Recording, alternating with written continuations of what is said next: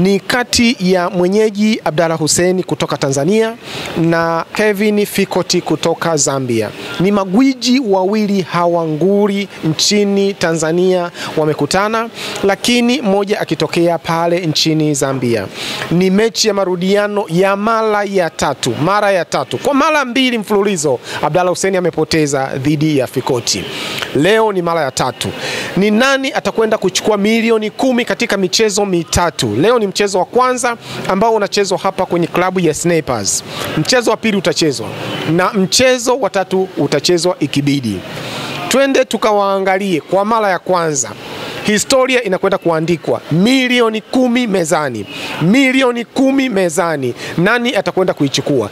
Itabaki Tanzania kwa Abdalla Hussein ama itakwenda Zambia kwa Kevin Fikoti? Twende ndani ya klabu ya Snipers tukashuhudie ni nani ataanza kutangulia. Asante.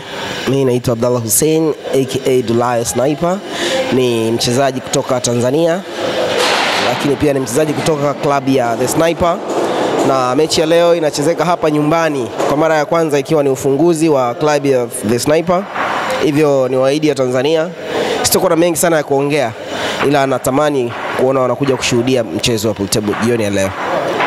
Tutarajie matokeo mazuri kwa sababu nimeshapoteza mechi 2 nikiwa najua makosa na changamoto zilizosababisha nikapoteza mechi 2 zilizopita. Hivyo nimejiandaa kuhakikisha na rematch na kutoka na matokeo mazuri.